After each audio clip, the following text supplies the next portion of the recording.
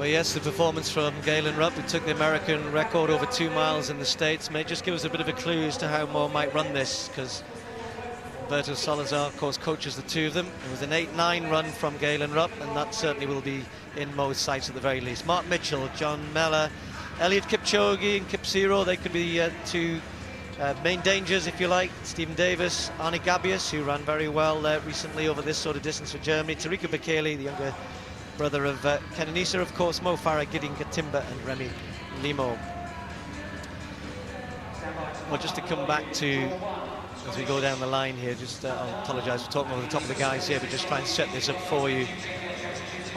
This is 2 miles, 16 laps, and well, if you look at the world record, and there has been some talk of that, it is held, of course, by Kenenisa Bekele, who broke it here in 2008, but we go back to Haile Gebrselassie, who broke it in 2003, and it took Bekele 2 attempts to break that record. So it shows you how good a record it is, 8:4.35.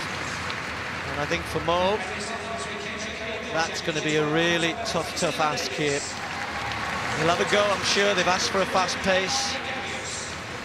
But going back to that Galen Rupp race in America, when he ran the 8 minutes and 9, he actually ran 8 seconds quicker for the second half of the race than the first. And apparently Alberto Salazar had asked him to go out steady and then come home strong.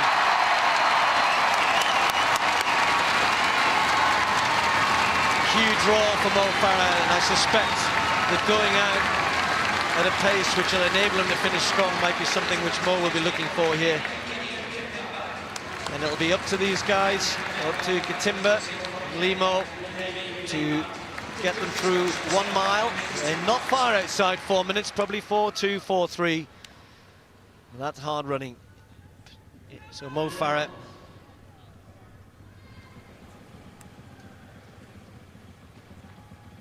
$16 ahead, and the crowd will play their part as he said they did for him in Glasgow. He's only had one race since then, which was actually a mile race in which he was, well, inadvertently tripped by his teammate James Brewer over in America. Got up and still ran around 3:57, which shows he's in pretty good shape. You fall down and still get up and run 3:57 for the mile. But this is going to be tough here today, because no one else is going to help him, I don't think. I don't think Kipchoge will want to help. I don't think Bekele will want to help. And if Mo wants to get a fast time here, he's going to have to hope that the pacemakers don't go silly and that they run at a good pace that he can work off. Well, Mo Farah's got some quality athletes behind him, and that makes it even more difficult, because at the end of the day, we're all looking for Mo Farah to win this race. Secondly, we're looking for him to run a fast one. And thirdly, we'd like to see him break some kind of record. The European record set 39 years ago today and still held by Emil Puttermans of 8 minutes and 13.2 seconds. But I'm sure Mo is going to be able to blow that away today. He's capable of running more than 10 seconds faster than that. But he's got Kenenisa Bekele's brother for company right behind him. Then he's got Eliud Kipchoge, the former world champion, behind him.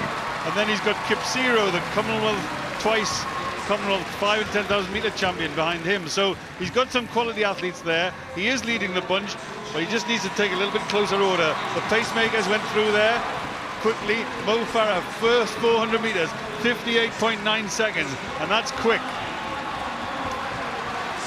Yes, and for those of you who know the difference between the metric and imperial, of course it was 16 laps plus about 18 meters.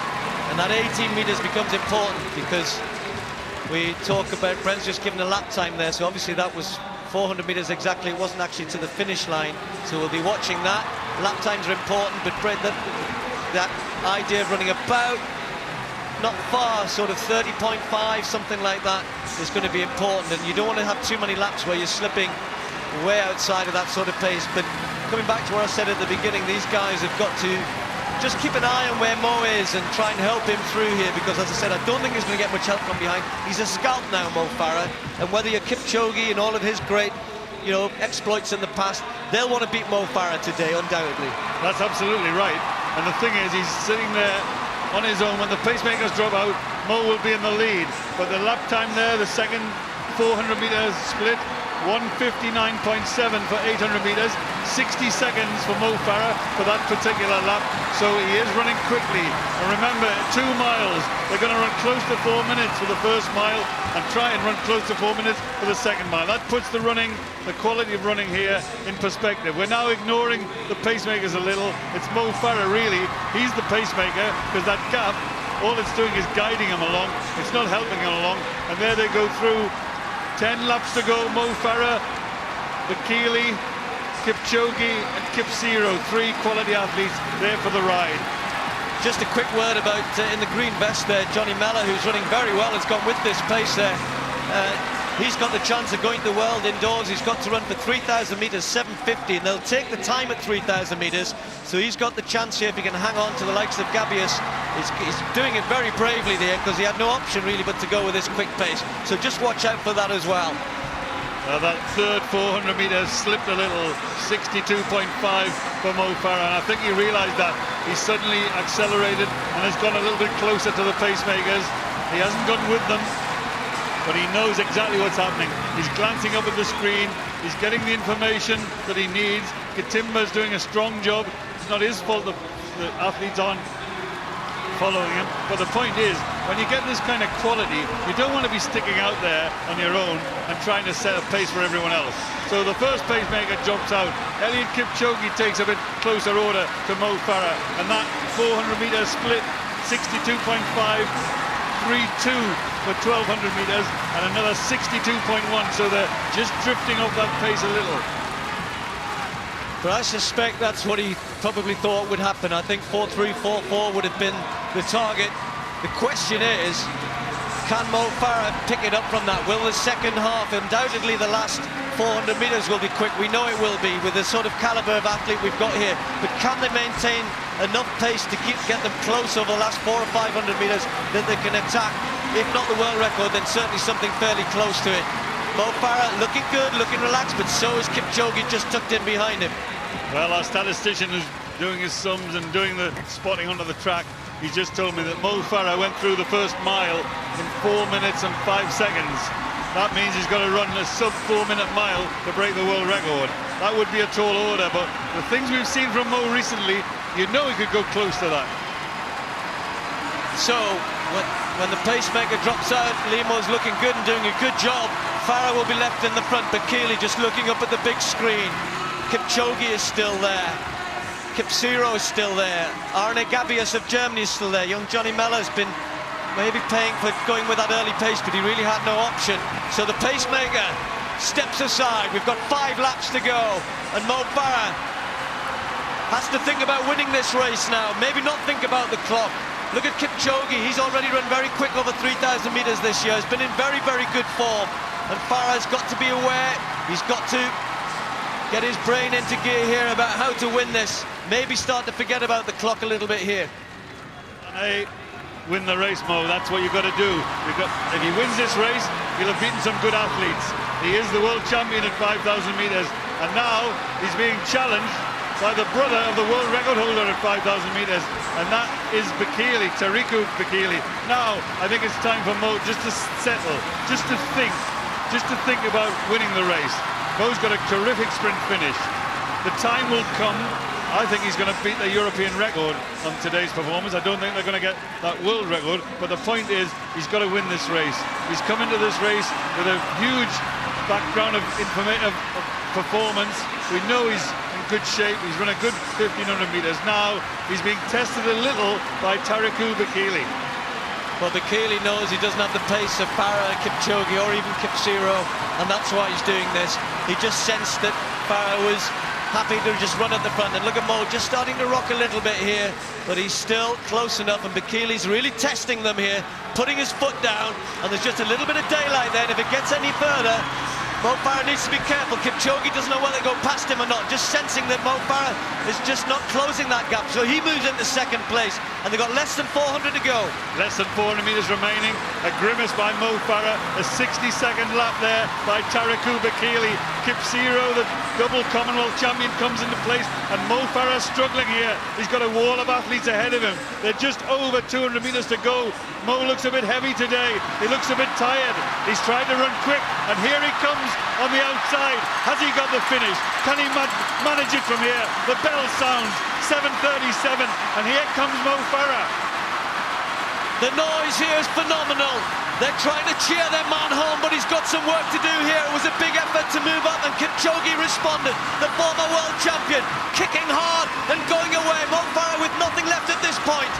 It's Eliud Kipchoge looking good at the moment. Farah's trying one last big effort, but it's not going to get him there. Kipchoge's going to win this.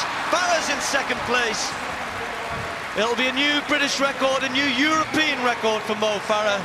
But, and it's a big but, it is only February, but he won't like getting beat by Eliud Kipchoge, that's for sure. This is a man who we know over the years is right at the top of the world. He's been a former world champion. He's won plenty of medals at the Worlds and the Olympics. He's a great athlete, but he's the sort of athlete that Mo Farah these days would want to beat. And he'll be a bit disappointed, certainly not to have won in front of a home crowd. Nothing wrong with the time, really. That's still a good run. But as we were saying, Brent, during the race, sometimes you've got to think, let's just win this. I think I said earlier on in the season, keeping an unbeaten record is quite important. And there he goes, Eliud Kipchoge, the former world 5,000 metre champion, the reigning 5,000 metre world champion Mo Farah under pressure here.